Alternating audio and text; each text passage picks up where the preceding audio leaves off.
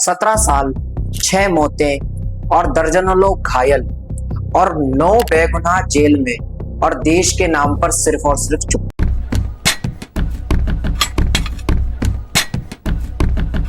ये कहानी है मालेगांव बॉम्ब ब्लास्ट की, एक ऐसा केस जिसने भारत की जांच एजेंसी, मीडिया और राजनीति तीनों के सच को एक्सपोज कर दिया। और अब 31 जुलाई 2025 अदालत ने सभी को बरी कर दिया है। सवाल यह है कि सच सामने आया या सब कुछ दबा दिया गया।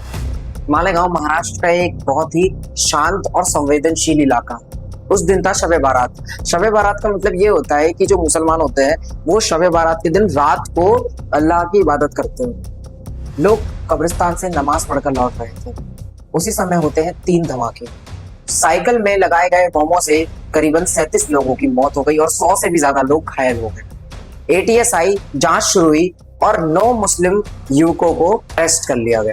कहा गया कि ये SIMI से जुड़े हुए हैं। SIMI का जिसको नहीं पता कि क्या है, तो student Islamic movement of India, ये इसका फुल फॉर्म। ये एक प्रकार का संगठन है। उनके परिवारजन चीखते रहे कि हमारा बेटा ऐसा नहीं है, हमारे बेटे ने ऐसा नहीं किया, लेकिन किसी ने उनकी सुनी नहीं और वो 9 युवक 2006 से लेकर 2015 तक उस जेल में कैद रहे। उनके लिए ये 9 साल किसी नर्क से कम नहीं था, क्योंकि ना कोई सबूत, ना कोई गवाह, बस शक के आधार पर उन्हें वहां से उठा लिया और उन्हें जेल में बंद कर दिया गया। और फिर आया 2011, केस NIA को सौंपा गया और फिर सामने आई सच्चाई। और उनकी जांच में ये आया कि ये जो 9 के 9 लोग हैं ये बेकसूर थे और ATS ने इन्हें फंसाया है। आखिरकार 2016 में कोर्ट ने उन्हें रिहा कर दिया। 2 साल बाद 2008 में मालेगांव में फिर से धमाका हुआ। इस बार बम जो है वो मोटरसाइकिल पर बांधा गया था, जिससे 6 लोगों की मौके पर ही मौत हो गई और 100 से भी ज्यादा लोग घायल हो गए। और इस बार की जो जांच थी उसने सबको चौंका दिया, क्योंकि इस बार कोई मुसलमान आतंकवादी नहीं बना था। इस बार एक हिंदू राष्ट्रवादी संगठन के लोग आरोपी थे, जिनके नाम थे सारथी प्रज्ञा सिंह ठाकुर, जो कि अब सांसद हैं, LT कौल पुरोहित, भारतीय सेना के अफसर और संगठन अभिनव भारत। देश दंग रह गया भाई, क्योंकि किसी ने सोचा नहीं था कि हिंदू आतंकवाद जैसा भी कोई शब्द इस भारत देश में आ सकता है। अगले 17 साल तक ये केस चला।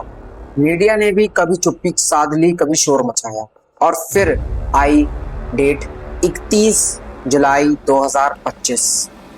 NIA कोर्ट ने कहा कि सबूत अधूरे थे, जुर्म साबित नहीं हुआ और सभी आरोपियों को रिहा कर दिया गया। यानी साध्वी प्रज्ञा सिंह ठाकुर, LT कौल पुरोहित और सभी को छोड़ दिया गया। लेकिन सवाल अभी भी हमारे सामने वही है कि अगर ना वो 9 लोग इस केस के आरोपी थे, ना ये लोग इस केस के आरोपी हैं, तो फिर असली आरोपी है कौन और वो मार्केट में खुला क्यों घूम रहा है?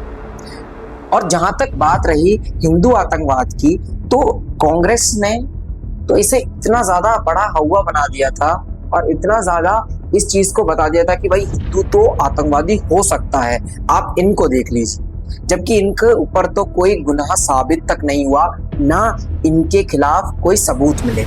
फिर भी इन्हें एक आतंकवादी की तरह 17 साल तक इनके ऊपर केस चलाया गया। और बात रही हिंदू आतंकवाद जैसे कोई शब्द की, तो ऐसा ना कोई शब्द था, ना है और ना मेरे हिसाब से इस पूरी दुनिया में कभी आएगा, क्योंकि हिंदू आतंकवादी हो ही नहीं सकता मेरे हिसाब से। और बात रही कि न्याय, तो इस देश में न्याय आखिर मिलता किसको है?